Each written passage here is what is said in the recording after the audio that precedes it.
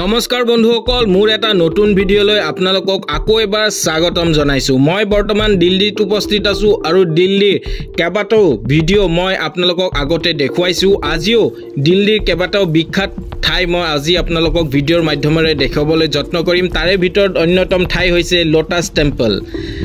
হয় মই বৰ্তমান সময়ত লোটাছ টেম্পলত উপস্থিত আছো লোটাছ টেম্পল ভাৰতৰ বিখ্যাত পদুম ফুলৰ আৰ্হিত বনোৱা বাহাই ধৰ্মসকলৰ এটা উপাসনা কেন্দ্ৰ বা প্ৰাৰ্থনা গৃহ বুলি আমি সকলোৱে জানো এই প্ৰাৰ্থনা গৃহত নাই কমেও 1300 মানুহে একেলগে বহি ইয়াতে প্ৰাৰ্থনা কৰিব পাৰে এই প্ৰাৰ্থনা গৃহত সকলো ধৰ্মৰ মানুহক প্ৰৱেশৰ বাবে অনুমতি প্ৰদান কৰা হয় বা কোনো ধৰ্মৰ মানুহক ইয়াতে বাধা প্ৰদান নকৰে সকলো ধৰ্মৰ মানুহে ইয়াতে আহি প্ৰাৰ্থনা কৰিব পাৰে আৰু প্ৰাৰ্থনা গৃহৰ ভিতৰত সকলোৱে জোতা বাহিৰত খুলি আহিব লাগে আৰু ভিতৰ সোৱাত কোনো ধৰণৰ হুলস্থুলীয়া পৰিবেশ কৰিবলৈ দিয়া নহয় আপোনালোকে যদি লোটাছ টেম্পলত আহিম বুলি ভাবি আছে তেনেহলে আপোনালোকে প্ৰথমতে দিল্লীত উপস্থিত হ'ব লাগিব দিল্লীৰ পৰা সকলো ধৰণৰ সুবিধা এই লোটাছ টেম্পলত আহিবৰ কাৰণে আপোনালোকে পাব ওলা উবেৰ সকলো ধৰণৰ যাতায়াতৰ সুবিধা বা মেট্ৰৰ পৰা আপোনালোকে এই লোটাছ টেম্পলত আপোনালোকে আহিবলৈ পাব লোটাছ টেম্পল বিশ্বত 7টা আছে তাৰে ভিতৰত অন্যতম ঠাই দিল্লীতো এটা আমি দেখিবলৈ পোৱা যায় হসাই এই লোটাছ টেম্পলটো দেখিবলৈ খুবেই ধুনীয়া আৰু আপোনালোকে যদি লোটাছ টেম্পলত আহি ভিতৰ সোৱাত খুমোৱাৰ পিছত আপোনাৰ এটা খুবেই পবিত্ৰ মনটো অনুভৱ হ'ব এই লোটাছ টেম্পলটো বিশ্বত সকলো পৰ্যটকৰ আকৰ্ষণীয় কেন্দ্ৰবিন্দু আজিও হৈ আছে ইয়াতে সকলো ধৰণৰ পৰ্যটক অহা আমি সকলোৱে দেখা পাওঁ বা স্কুলৰ ছাত্ৰ-ছাত্ৰী সকলকো এই বাহাই ধৰ্মৰ ওপৰত জ্ঞান দিবৰ কাৰণে ইয়াতে লৈ অহা যায় যিয়ে নহওক মোৰ ভিডিঅটো চাই থাকক ইয়াৰ পিছতো আপোনালোকক ভিডিঅত মই আৰু কিবা কিবি দেখুৱাম চাই থাকক মোৰ ভিডিঅটো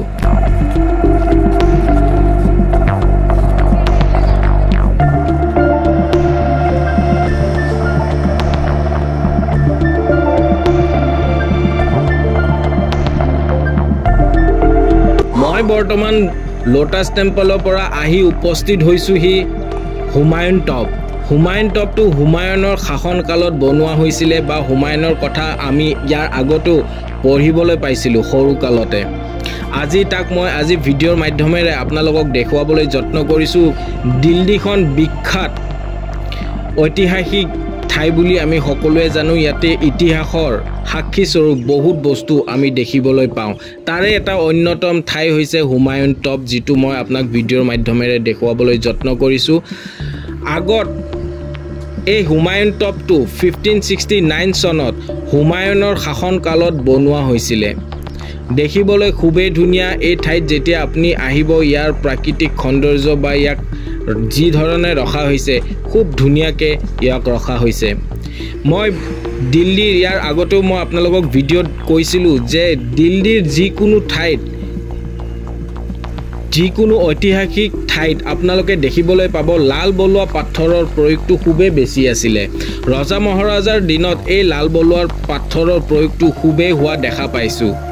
বা ইতিহাসকাৰেও এই লাল বলুৱা পাথৰৰ কথা সম্পূৰ্ণৰূপে উল্লেখ কৰা আছে ইতিহাসত এই লাল বলুৱা পাথৰটো সম্পূৰ্ণৰূপে ভাৰতত পোৱা গৈছিলে আৰু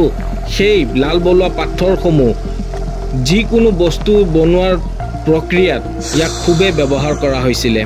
ভাৰতত এখন সমৃদ্ধিশালী দেশত এই লাল বলুৱা পাথৰটো সকলোৱে প্ৰয়োগ কৰা দেখা পোৱা যায়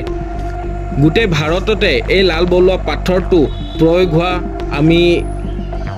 জানো বা ইয়াক আমি ভিডিঅ'ৰ মাধ্যমেৰে আপোনালোকক দেখুৱাবলৈ যত্ন কৰিছোঁ এই লাল বলুৱা পাথৰটো ভাৰতৰ বিখ্যাত পাথৰ বুলি আমি সকলোৱে জানো বা ইয়াৰ আগতেও মই এই লাল বলুৱা পাথৰৰ কথা মই আপোনালোকক ভিডিঅ'ৰ মাধ্যমেৰে দেখুৱাবলৈ যত্ন কৰিছিলোঁ এই ঠাইটো খুবেই ধুনীয়া আৰু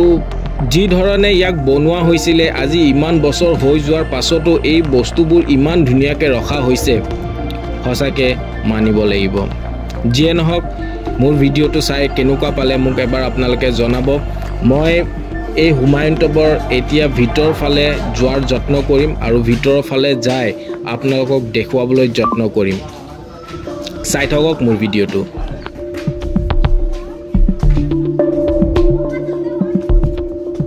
এতিয়া হুমায়ুতবৰ পৰা মই আহি উপস্থিত হৈছোঁ দিল্লীৰ বুদ্ধ মন্দিৰত। বুদ্ধ মন্দিৰত প্ৰৱেশ কৰাৰ লগে লগে আপোনালোকৰ এটা অনুভৱ খুবেই বেলেগ হয়, কাৰণ বুদ্ধ মন্দিৰত প্ৰৱেশ কৰাৰ লগে লগে বুদ্ধ মন্দিৰসমূহত চাফ চিকুণতাক প্ৰাধান্য প্ৰদান কৰে।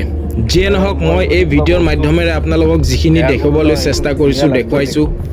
মোৰ ভিডিঅ'টো চাই আপোনালোকে কেনেকুৱা পালে মোক এবাৰ আপোনালোকে জনাব। যদি ভাল পালে তেনেহ'লে লাইক শ্বেয়াৰ আৰু কমেণ্ট কৰিব আৰু ছাবস্ক্ৰাইব কৰিব নাপাহৰিব। আপোনালোকৰ এটা ছাবস্ক্ৰাইবে মোক মটিভেট কৰিব বা মোক আত্মবিশ্বাসী কৰিব, এটা নতুন ভিডিঅ'ত আনাত সহায় কৰিব।